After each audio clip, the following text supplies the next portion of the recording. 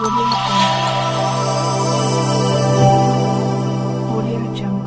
बनारस में योगी जी के स्वजाति गिरोहबंद गुंडों ने एक पत्रकार अमित मौर्य जो अचूक संघर्ष नाम से समाचार पत्र निकालते हैं, उनको नाजुक भावनाएं आहत करने के नाम पर घर से निकाल करके बुरी तरीके से पीटा, भद्दी भद्दी गालियां दी, मारते हुए थाने तक ले गए। थाना शिवपुर के एसएचओ रवि शंकर ने 1 मिनट की देरी नहीं की। जो पत्रकार पिटा, जिसको गालियां दी गई, जिसके साथ अभद्रता की गई, उसी के खिलाफ मामला दर्ज करके उसको जेल भेज दिया। कहानी यहीं समाप्त नहीं हुई, चौकी तक मारते हुए ले गए, थाने के अंदर घुसकर गुंडई की, गालियां दी। कचहरी में जब पुलिस पेश करने ले गई तो वहां भी संगठित गिरोह बना करके खासतौर पर सीएम की जाति से जुड़े हुए लोगों ने अमित मौर्य को मारने की कोशिश की। यह सब कुछ होता रहा, मगर बनारस पुलिस आंख मूंद करके देखती रही, मानो सत्ता का मौन समर्थन हो इस गुंडई के सामने। पूरी घटना विस्तार से बताता हूं। पत्रकार अमित मौर्य ने अपने फेसबुक पोस्ट पर दुर्गा के बारे में कुछ अशोभनीय टिप्पणी कर दी थी, ऐसा भावना आहत गैंग का आरोप है। भावना इतनी नाजुक थी कि भड़क गई तो पत्रकार के घर के सामने गालियां देने लगे। अमित मौर्य ने विरोध दर्ज कराया, घर से बाहर निकाल करके एक जाति के लोगों ने बुरी तरीके से मारा पीटा। बार बार जो मैं एक जाति का जिक्र कर रहा हूं, दरअसल इस पूरे घटनाक्रम के पीछे भावना आहत गैंग नहीं बल्कि यह खबर है। अमित मौर्य ने अपने समाचार पत्र अचूक संघर्ष में कुछ दिन पूर्व यह खबर छापी थी।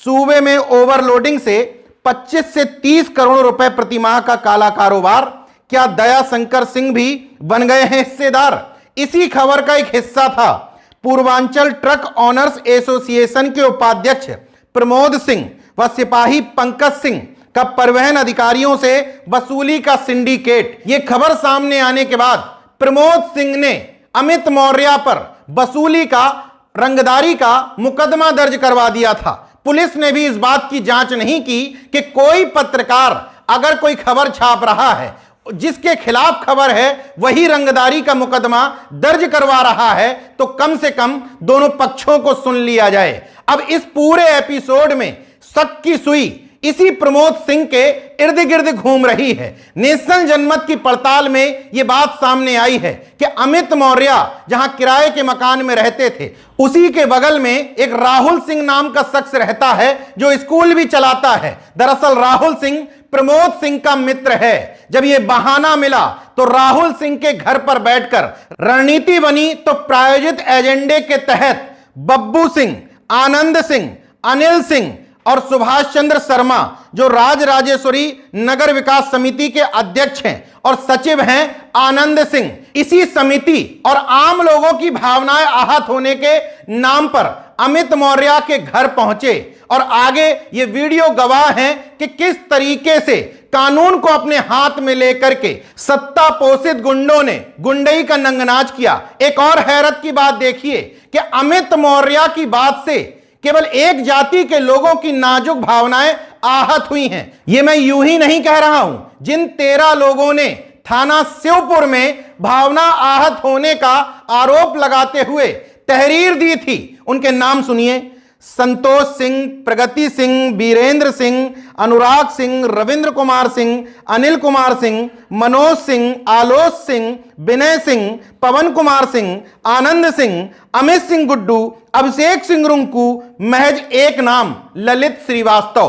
क्या यह संभव है? एक खास जाति से जुड़े हुए लोग जो पूर्वांचल ट्रक एसोसिएशन के उपाध्यक्ष प्रमोद सिंह से भी कहीं ना कहीं जुड़ाव रखते थे, उन्हीं की नाजुक भावनाएं आहत हुई हो। यह सब कुछ एक षड्यंत्र और लिखी लिखाई स्क्रिप्ट के तहत अंजाम दिया गया, जिसमें शासन प्रशासन ने मौन रह करके, मूक रह करके पूरा सहयोग दिया। इतने में भी बात समझ में ना आई हो तो 2 आश्चर्यजनक संयोग और बता देता हूं।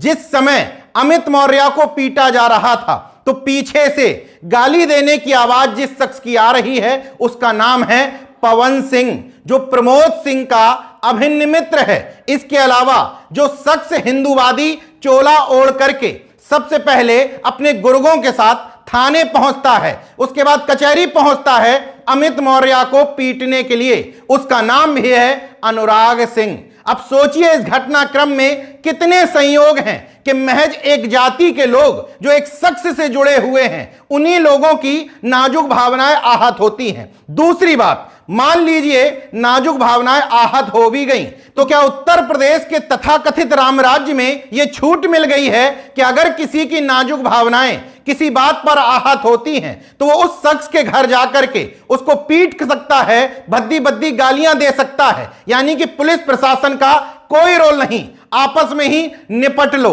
लेकिन जरा ठहरिए, यह छूट एक पक्ष के लोगों को ही मिली है। अब भावना आहत गैंग और बनारस पुलिस से एक सवाल। गुंडई करने वाले जातिवादी गिरोह का आरोप है कि मां दुर्गा के खिलाफ टिप्पणी से उनकी नाजुक भावनाएं आहत हो गईं।